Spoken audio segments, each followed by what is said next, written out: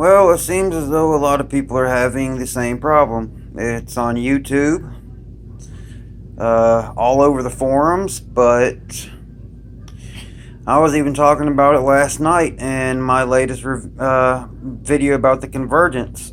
And basically, what happened with mine was it was the first time I took it into plane mode. I took off in multirotor mode, which is how you have to take off with this plane. Went into plane mode, always kept AS3X on because, I really didn't know the controls of the plane very well. It was my first time flying it as a plane. As soon as I flipped back into multirotor mode, as soon as that rear propeller kicked in, all propellers stopped. And it's actually looking at like what Randall Hudson said, a brownout issue. The flight controller is pulling so much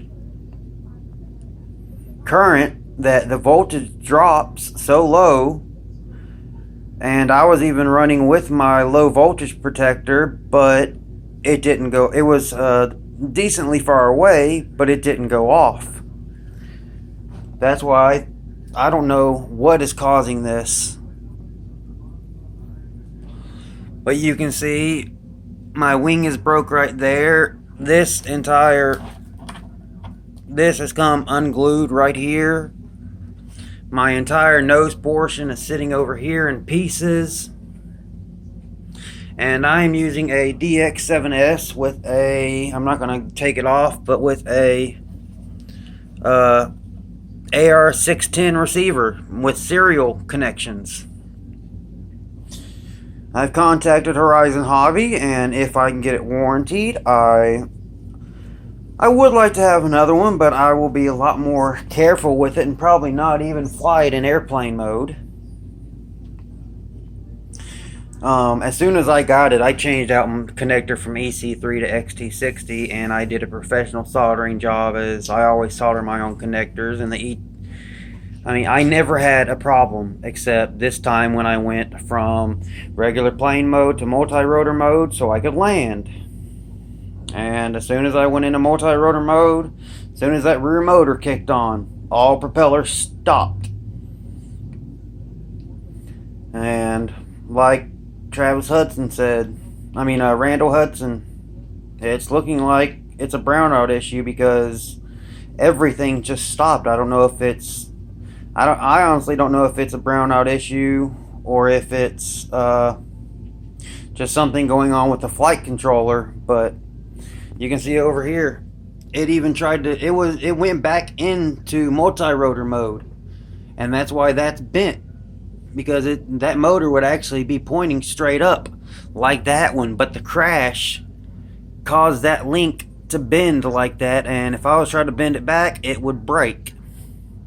I do have other links, but even the ball joint, you can see, has come undone. Over here, I've even got some dirt from where it smashed right into the ground, and I flew in a field that was probably about 10 acres. So I had plenty of room, a very, very light breeze, maybe 5 miles per hour. But I definitely will say they have something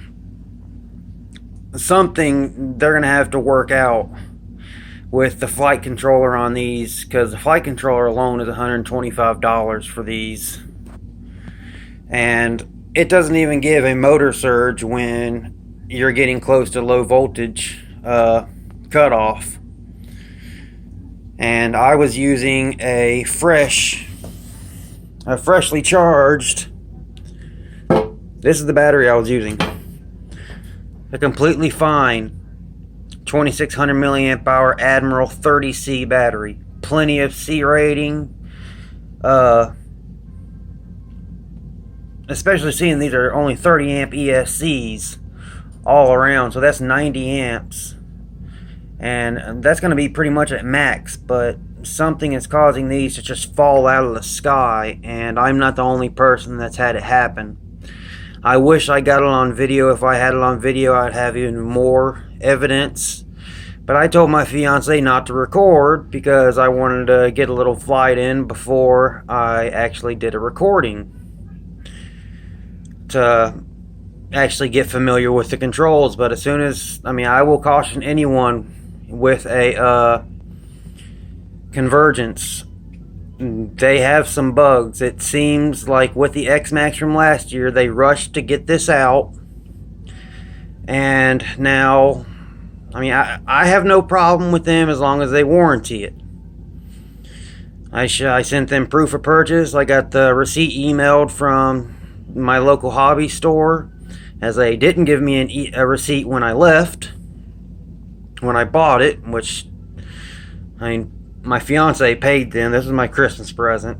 And now my Christmas present, 6 days after having it, is now sitting on the table in pieces. You can see the 3 pieces from the nose. There's the front of the cockpit.